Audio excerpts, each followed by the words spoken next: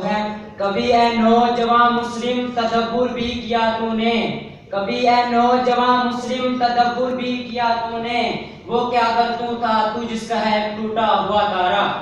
افسوس ساتھ افسوس کہ آج ہم تعلیم یافتہ بن بیٹھے مگر نوجوان تہذیب کا گلا بن کر کہاں دفن کر آئے۔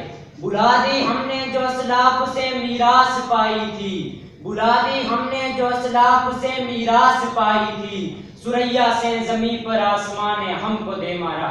صدر ذی وقار، میں ضمیر کی اس عدالت میں کھڑا ہوں جس کا سامنا کرنے سے ہر شخص گھبراتا ہے۔ مسلمانوں کا رنج و زوال، دین سے دوری، بنیادی انسانی رویے اور قوموں کی اخلاقی تباہی میری معصوم تمناؤں کے خوبصورت چمن کو تباہ و برباد کر رہی ہے۔ میری فہم و فراست ایک لمحے کے لیے ڈگمگاتی ہے اور میں خود سے سوال کرتا ہوں کہ کیا میں دنیا میں انسانی تاریخ کو سیر کر سکوں گا؟ کیا میں آج کا بچہ کل کا جوان مرد اس قوم کی اصلاح و تعبیر کر سکوں گا؟ کیا میں اپنی آرزوؤں و تمناؤں کے آخری جذبے سے اس قوم کو بدل سکوں گا؟ اور جناب عالی، جب اپنی ضمیر کی عدالت میں کھڑے اس محسن کو جواب نہیں ملتا تو میں دنیا کو کیسے بتاؤں گا کہ میرے قول اور فعل میں تضاد ہے، میرا ظاہر میرے باطن سے الگ ہے، میں امیر و غریب کے ساتھ ایک جیسا سلوک نہیں کرتا، میں گورے کو کالے سے ممتاز سمجھتا ہوں اور غیرت کی نیلامی کرنے والوں کی بغل گیری کرتا ہوں۔ تو پھر آپ خود فیصلہ کیجئے، کیا میں دنیا بدل سکتا ہوں؟ نہیں، میں نہیں بدل سکتا۔ پھر مایوسی کی اس اندھیرے میں ایک ستارہ چمکتا ہے، میرا ضمیر میری مایوسی پر غالب آتا ہے اور اندھیرے کی چھپی روشنی مجھے کہتی ہے، غیرت ہے بڑی چیز جہانے تگ و دو میں، غیرت ہے بڑی چیز جہانے تگ و دو میں، پہناتی ہے درویش کو تاج سر داراں۔ حضور والا، پھر میرے کانوں میں آواز پہنچتی ہے کہ تم تو اس نبی کے غلام ہو جس نے اسلحے سے لیس 1000 لشکر کے مقابلے میں 313 مجاہدین کو کھڑا کیا۔ سامعین ذی وقار، اندازہ کیجئے، کسی کے پاس تلوار تھی تو ڈھال نہیں، ڈھال تھی تو تلوار نہیں، مگر جب نبی صلی اللہ علیہ وسلم 313 کو لایا تو چشم فلک نے دیکھا، انہوں نے دنیا کو کیا پوری کائنات کو بدل کر رکھ دیا۔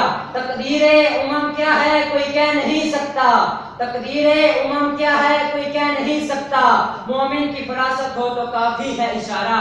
حضور والا، میری سوچ کا دائرہ بدلتا ہے، میری عقل کی گٹھلیاں سلجھ جاتی ہیں اور میں پکار کر کہتا ہوں کہ ہاں میں دنیا بدل سکتا ہوں۔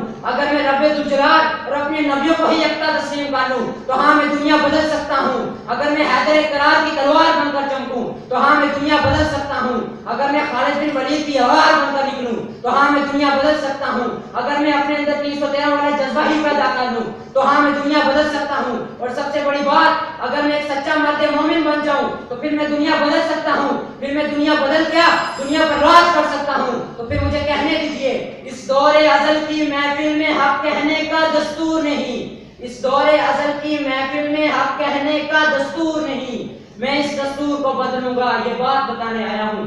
جناب صدر، میں ایک پاکستانی کی حیثیت سے یہ پیغام دیتا ہوں کہ ماضی اور حال پر تدبر ہی ہمیں وقت کے گرداب سے نکال سکتا ہے۔ اپنے تابناک ماضی کو پھر سے پانے کے لیے سچ ہمارا ہتھیار ہے، بلندی کو پانے کے لیے محنت ہماری رفتار ہے، دلوں کو جوڑنے کے لیے محبت ہمارا اعتبار ہے، سچ ہمارا وقار ہے تو عزت پانے کے لیے قربانی ہمارا شعار ہے، اونچی پرواز ہمارا نعرہ ہے تو قومی اتحاد ہمارا جذبہ ہے۔ اور میں کہتا ہوں کہ ہم میں سے کوئی سندھی ہے تو ہماری زندگی ہے، پنجابی ہے تو ہماری کامیابی ہے، پٹھان ہے تو ہماری شان ہے، بلوچ ہے تو ہماری سوچ ہے، اور یہی وہ جذبے ہیں جس نے ماضی میں ویرانوں کو آباد کیا، دلوں کو شاد کیا اور ہمیں ایک نام